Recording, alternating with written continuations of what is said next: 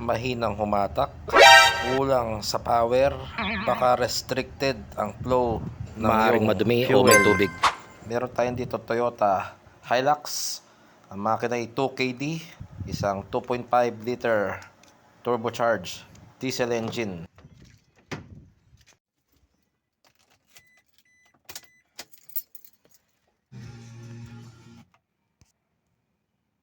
So, ayan.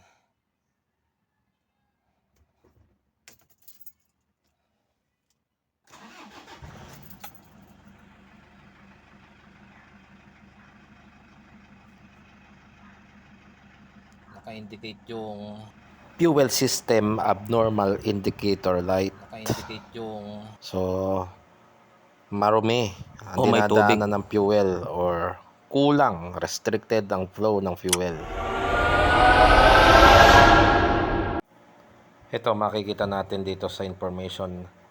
So, warning light. Yan, may warning light.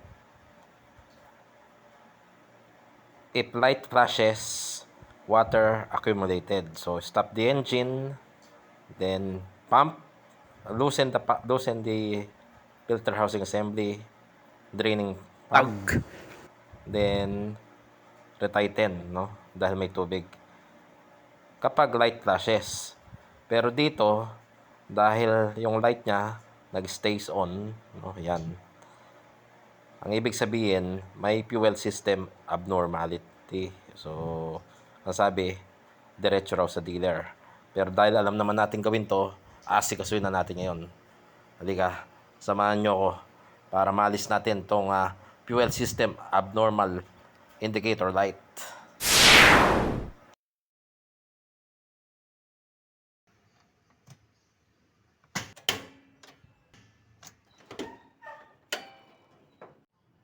Ito ipapalitan natin dyan yung loob nito, yung element nitong fuel filter housing assembly. Nasa loob yan. Tatanggalin natin yung wiring harness, tapos itong fuel line in tsaka fuel line out papunta dun sa fuel pump. Okay, first tatanggalin natin itong baterya.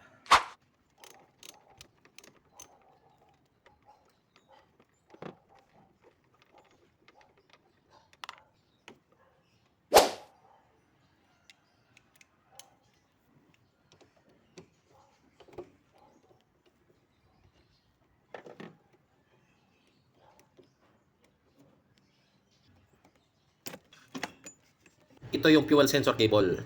Itong isa yung water in fuel sensor cable. So tanggalin na natin tong fuel sensor cable. Tapos isusunod natin yung water in fuel sensor cable. Yan yung nagde-detect ng signal kung may presence ng water doon sa fuel filter housing assembly natin. Sesend niya yung signal doon sa dashboard. Sunod natin tong fuel line out papunta doon sa fuel pump. Yan, natanggal na natin. Then next, yung fuel line in from tank to fuel filter assembly natin. Yan.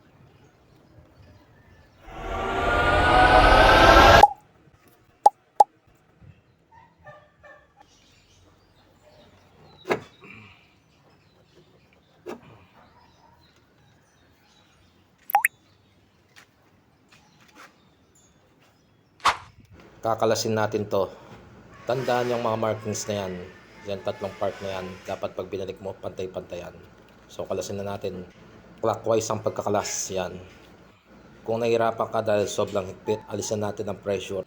May vacuum effect kasi yan sa katagalan. Dito sa draining plug, tanggalin mo yung natitirang diesel para mawala din yung pressure at maluwangan mo.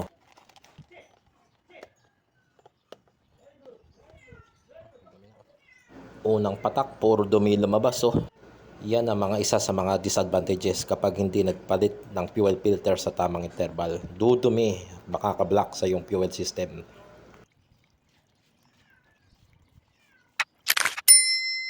Tingnan nyo itong na-extract natin, ang daming dumi. Delikado yan para sa fuel injectors.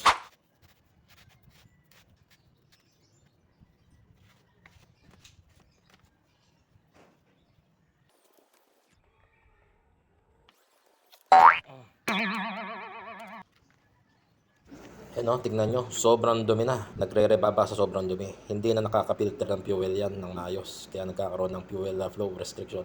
No? Sobrang dumi o, sediments pa.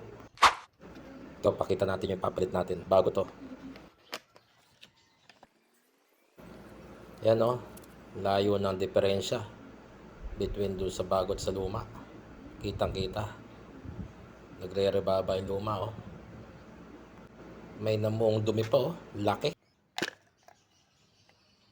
Big chunk. Oh. Gelatin na sa loob. Yan oh.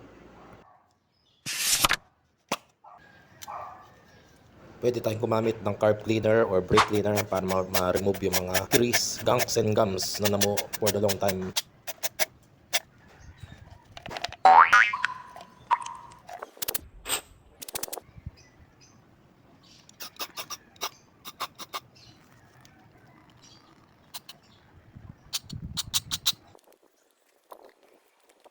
After cleaning, remove the old gasket, then replace with new one. You can apply a thin film of oil into the new gasket so it can help to seal and protect the fuel filter housing assembly parts.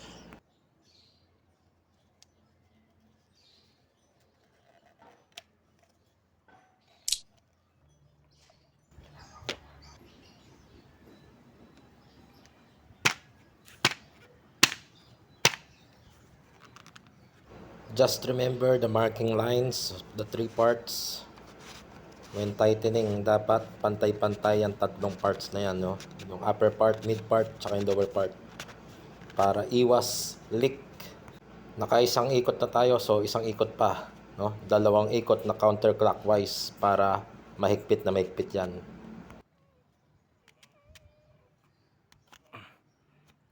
Okay na, tapat na.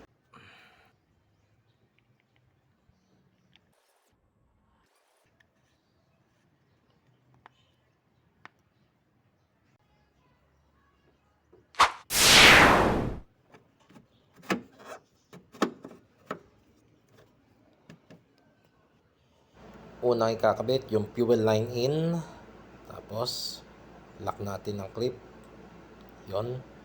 Then paakyatin natin yung diesel, no? I-prime natin tong pump, no? Para umakyat yung diesel.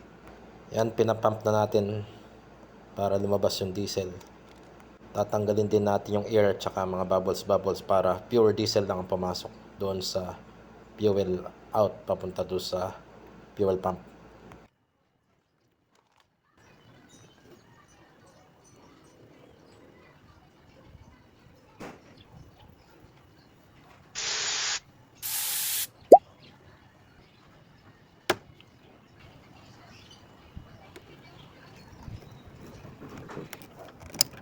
Nakakabit na natin ang fuel sensor cable at water in fuel sensor cable at mga fuel lines. Now test natin kung may leak by pumping, no?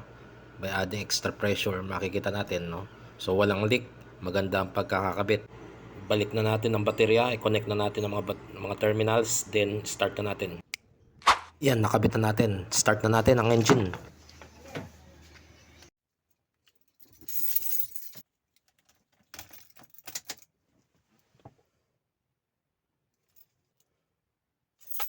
Nawala na.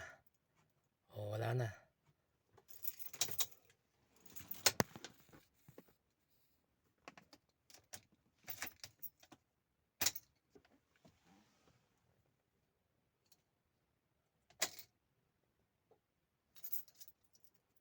O yun, nawala na. Pandarin natin. O, wala na. Normal na. Wala na yung fuel system abnormal light indicator. Ayos na.